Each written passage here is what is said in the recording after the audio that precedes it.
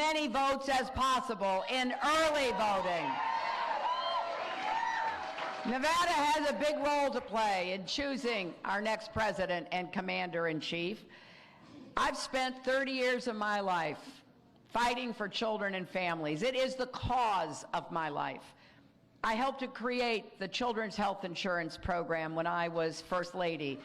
I helped New York recover after the horrible attacks of 9/11 and got health care for our brave first responders. I fought to bring jobs to parts of New York that were left behind. As your Secretary of State, I traveled to 112 countries. I negotiated ceasefires. I reduced the threat of nuclear weapons, and I fought for American businesses and stood up for human rights, women's rights, and LGBT rights around the world. And I have to say that everything I've ever been able to do has been because I've listened to people, and that I've tried to bring them together to find common ground, even with people who disagree with me on a lot of issues.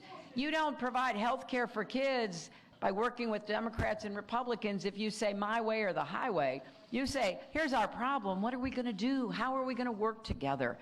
I really believe that's the only way we can get things done. Whether you're in a union, in a business, whether you're working here in Nevada or anywhere else across America. And if you elect me next Tuesday, I will be a president who seeks to find common ground while standing my ground on those issues that are really important to the American people. And so from the first day of this campaign, I have been putting forth ideas about how to help you and your families get ahead and stay ahead. I want to tear down all the barriers that are blocking you from fulfilling your own potential, getting your own piece of the American dream. And I truly believe you deserve a candidate that you can vote for, not just someone to vote against. So I have tried to run a campaign of ideas, a campaign based on issues, a campaign focused on you and your families. That's why I think this choice could not be bigger and more different than between me and my opponent. Because here's what's going to happen, my friends.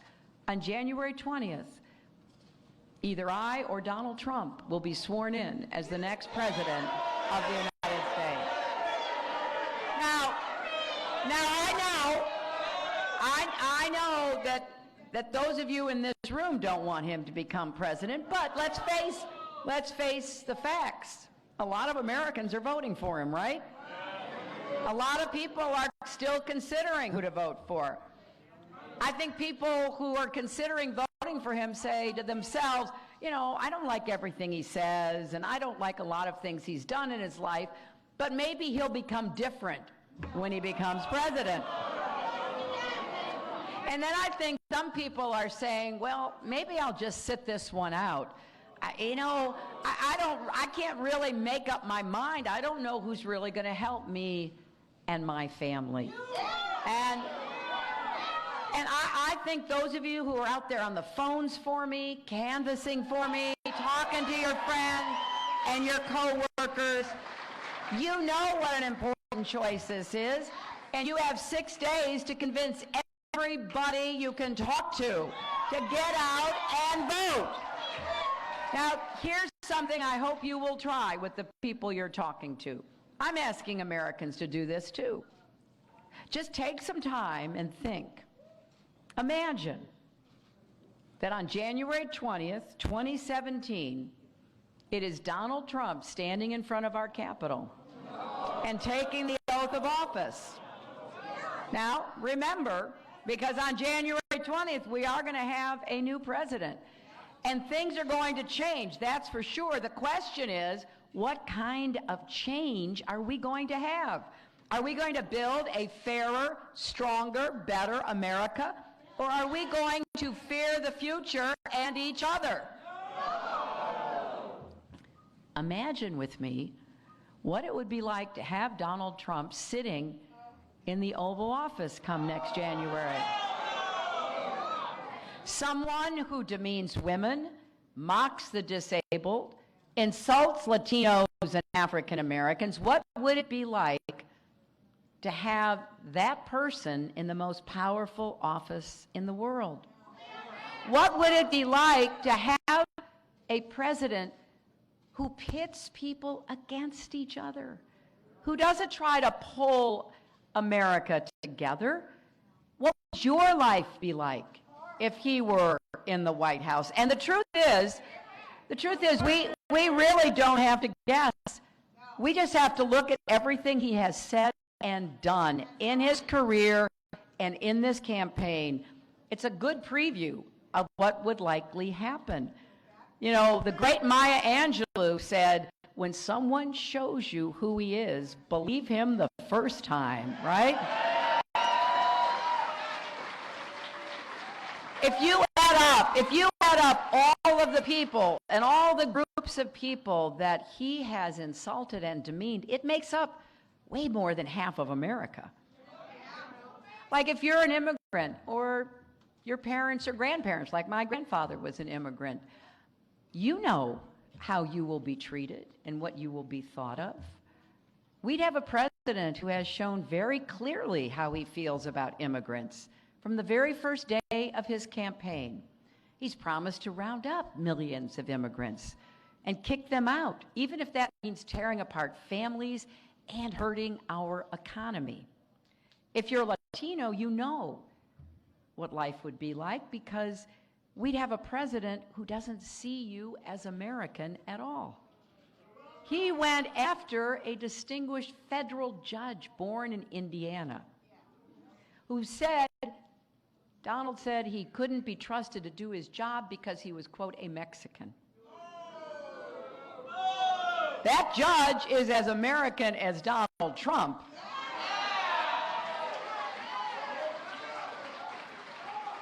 Now, his parents may have been born in Mexico, but what in the world does that have anything to do with? If you're African American, you know what life would be like. You'd have a president who thinks the lives of black people are all crime and poverty and despair. He has no idea of the strength of the black church or the vibrancy of black-owned businesses or the excellence of historically black colleges and universities, and the success of black Americans and leaders in every profession and every walk of life.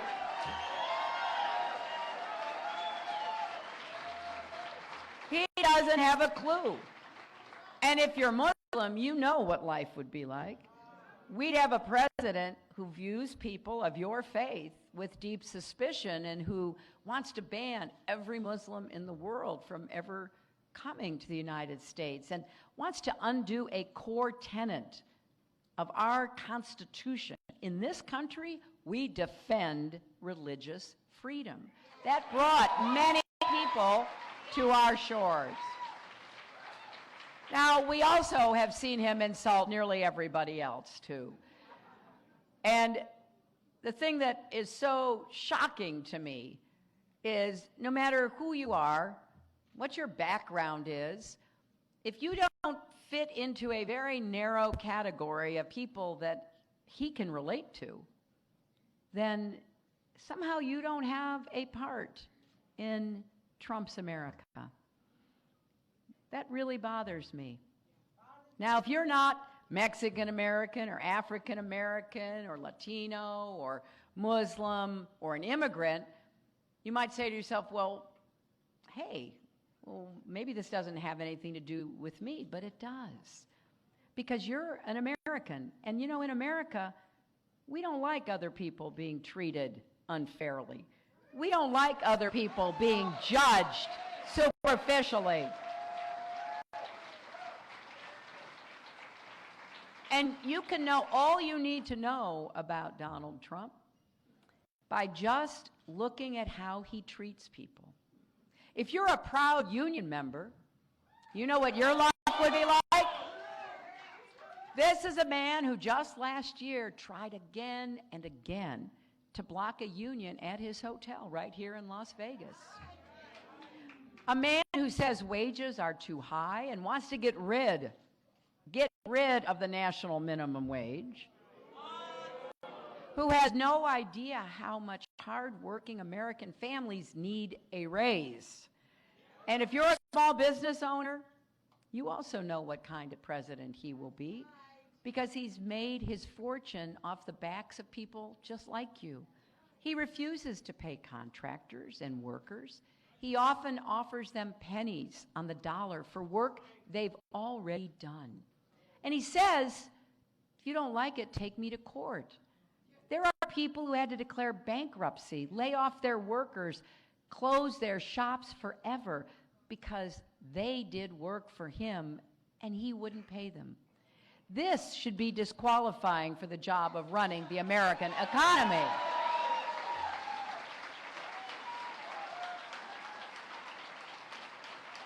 And if you're a member of our armed forces, you know too, because we would have a commander-in-chief who is not only completely out of his depth, but whose ideas are incredibly dangerous. He actually says more countries should have nuclear weapons. And he actually talks about using them if he were president. A few days ago in Ohio, a man named Bruce Blair introduced me at a rally as a young Air Force officer. Bruce Blair's job was to sit in an underground bunker in Montana to be ready to launch nuclear weapons if the president ever gave the order. So when he hears Donald Trump talk so casually about using nuclear weapons, it chills him to the bone. He knows our commander-in-chief needs to be steady, not reckless, rational, not hot-headed. And that's why he and dozens of former launch officers like him have come out in strong support of my campaign. And I am grateful for that. But it doesn't stop there, because Donald Trump calls our military a disaster. He says he knows more than the generals. He's insulted prisoners of war. He says he likes people who don't get captured. And he attacked a Gold Star family whose son was an Army captain who died saving his men from a suicide attack. And just think about what life would be like for women and girls. Our girls would grow up with a president who proudly ranks women by their looks, who brags about doing things to them without their consent. Just imagine what that might do to young girls and women's confidence and self-worth. And imagine how it will affect our boys to grow up with a president who talks and acts like that. And on top of everything else, he refuses even to say he will accept the results of the election. You know, after going on the insult attack against so many people, I guess his final target is democracy itself. Now, I want everyone to know that I respect the choice you make. You know, we were on the debate stage right here in Las Vegas for the last debate. And we were asked if we would respect the outcome of the election. I will. He refused to say he would. That has never happened in American history before. Donald Trump has shown us the kind of person he is and the kind of president he would be. How he treats people he doesn't like, how he perceives large groups of Americans, how he's conducted his with so little regard for workers and contractors. He's used every trick in the book to get out of paying taxes. Someone who says he's worth billions, but contributes zero to our military, and zero to our vets, and zero to Pell Grants, zero to highways, zero to everything.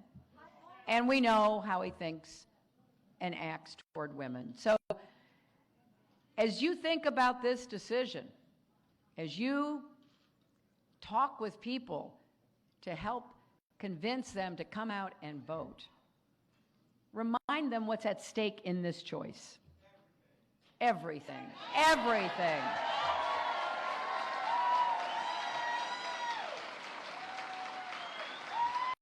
And you know, nothing will change if he's elected, because we know who he is. As Michelle Obama says, the presidency doesn't change who you are, it reveals who you are.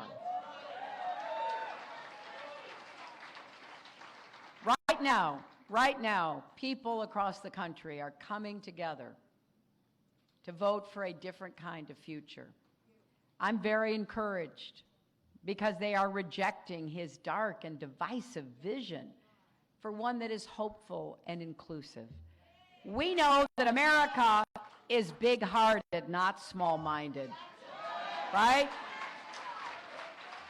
Here in this home of the UA, we know that we want to lift people up, not tear each other down. We know we are stronger together.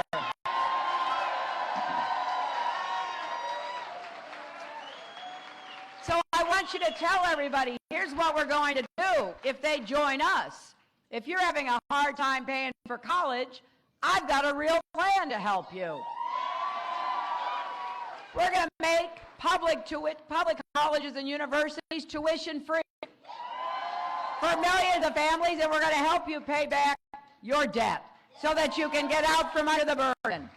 And if you care about climate change, which he says is a hoax, I have a plan to increase renewable energy, create millions of jobs, help communities prepare for the effects of extreme weather. And if you care about immigration reform, you know what he thinks. I am going to be introducing comprehensive immigration reform within the first 100 days.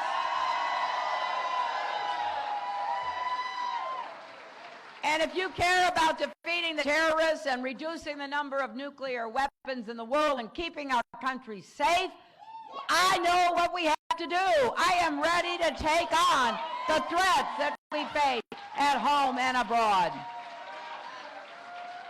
On the day that we brought Osama bin Laden to justice, I was in the Situation Room monitoring what our brave men were doing to make it clear that we don't let anybody attack us. It may take a while, but we will keep going after them.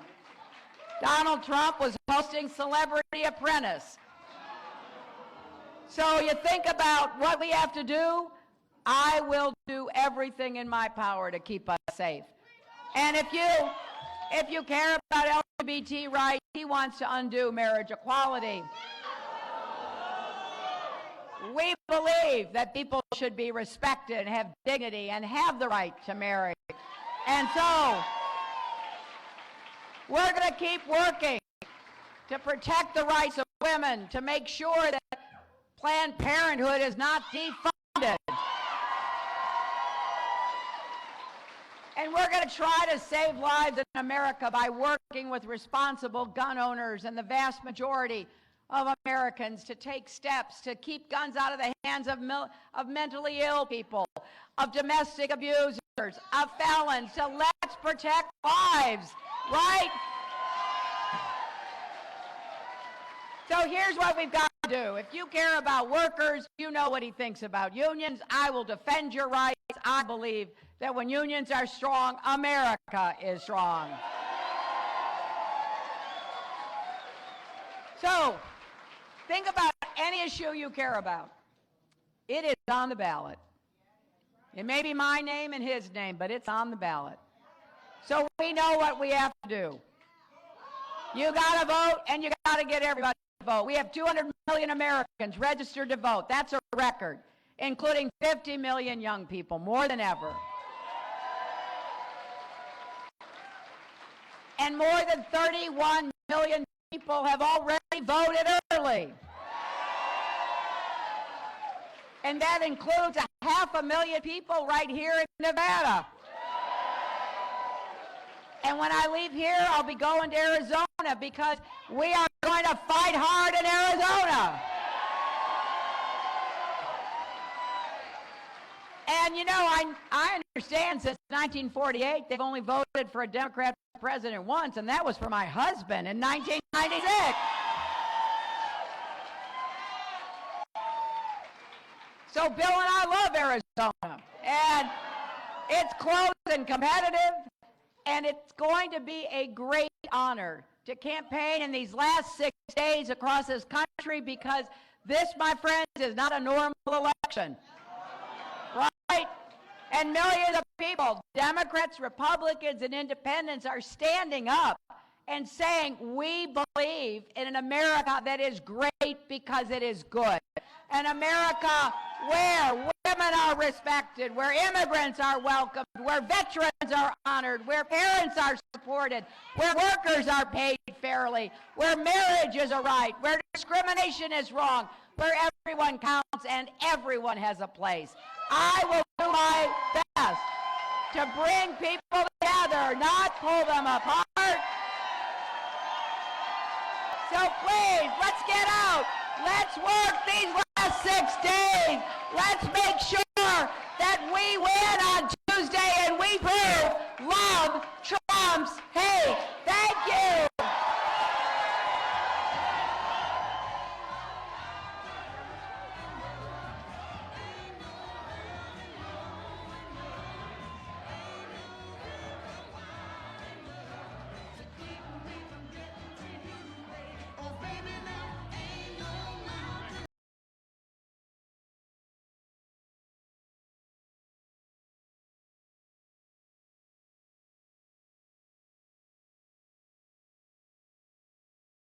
Oh, baby.